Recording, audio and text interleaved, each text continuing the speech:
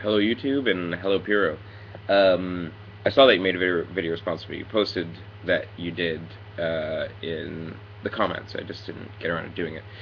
But let's talk about Nietzsche, right? Because it's a much more interesting conversation. Um, you talk about Nietzsche's attitudes towards Darwin. Nietzsche, just a point of historical fact, Nietzsche was a I believe a Lamarckian rather than a Darwinist. Lamarck's theory of evolution was a competing theory of evolution with Darwin.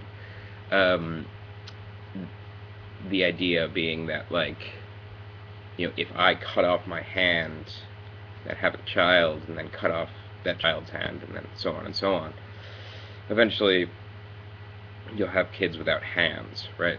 So evolution occurs as something.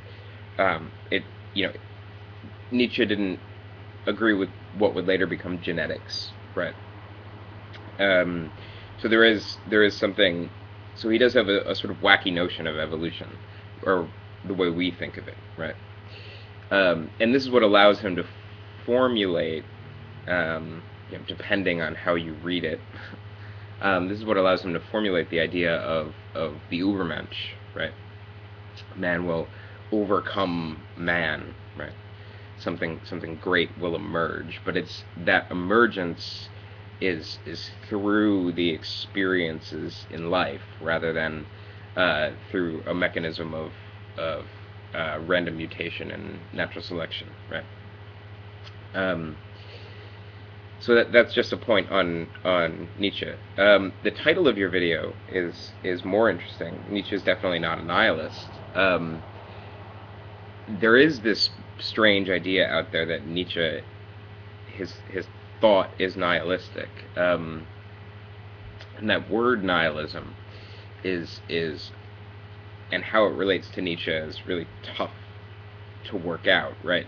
Um, he seems to mean different things at different times when he uses the word nihilism. Um, it's something, you know his big fear, right, is when we get rid of God, um, that there's a risk of us losing will, right? There's a risk of us sort of throwing up our hands. Um, there's a risk of us sort of self-destructing in a certain way. For Nietzsche, God is something that it's a very bad idea, but it's something that binds society together. And without that, there are implications when you lose it, right? And that's nihilism. Um, and it's his big fear, right?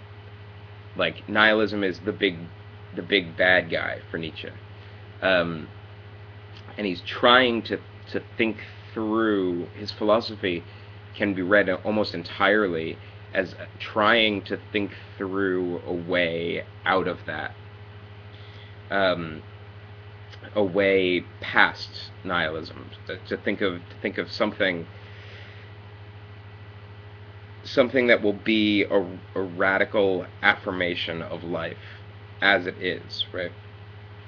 This is the big sin for Nietzsche about Christianity. It's ironic to use the word sin there, but the big problem with Christianity for Nietzsche is that it's life denying, right? We deny this life for promise of some other world.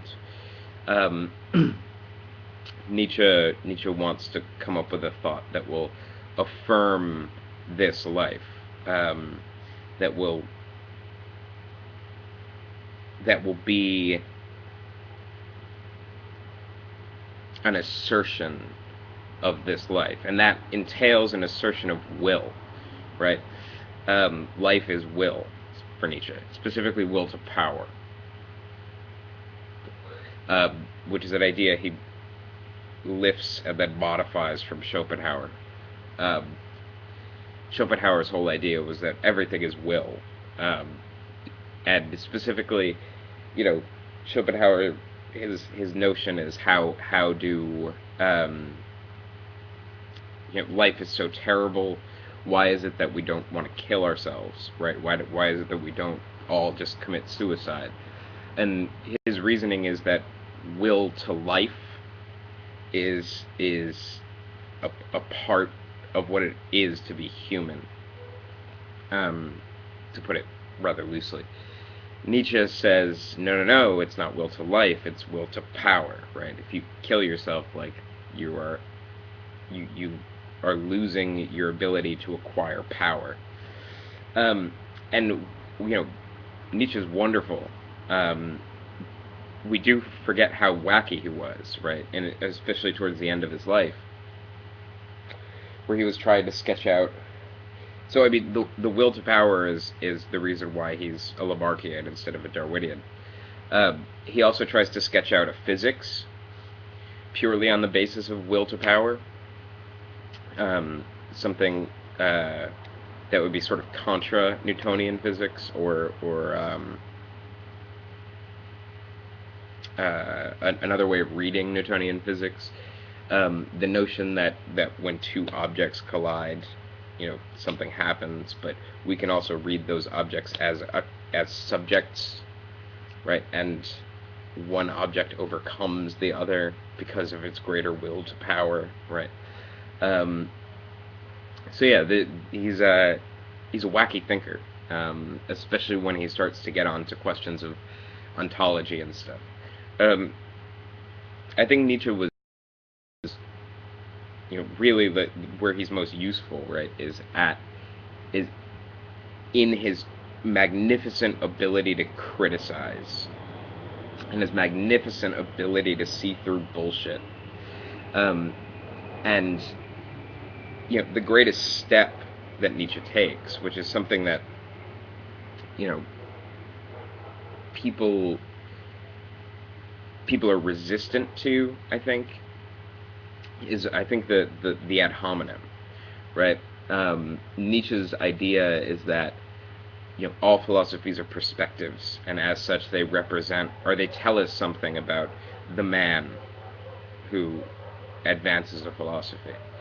They tell us something, so the proper question is, what kind of man would adopt this? When talking about, like, Kant or utilitarianism or whatever, what kind of man would want this?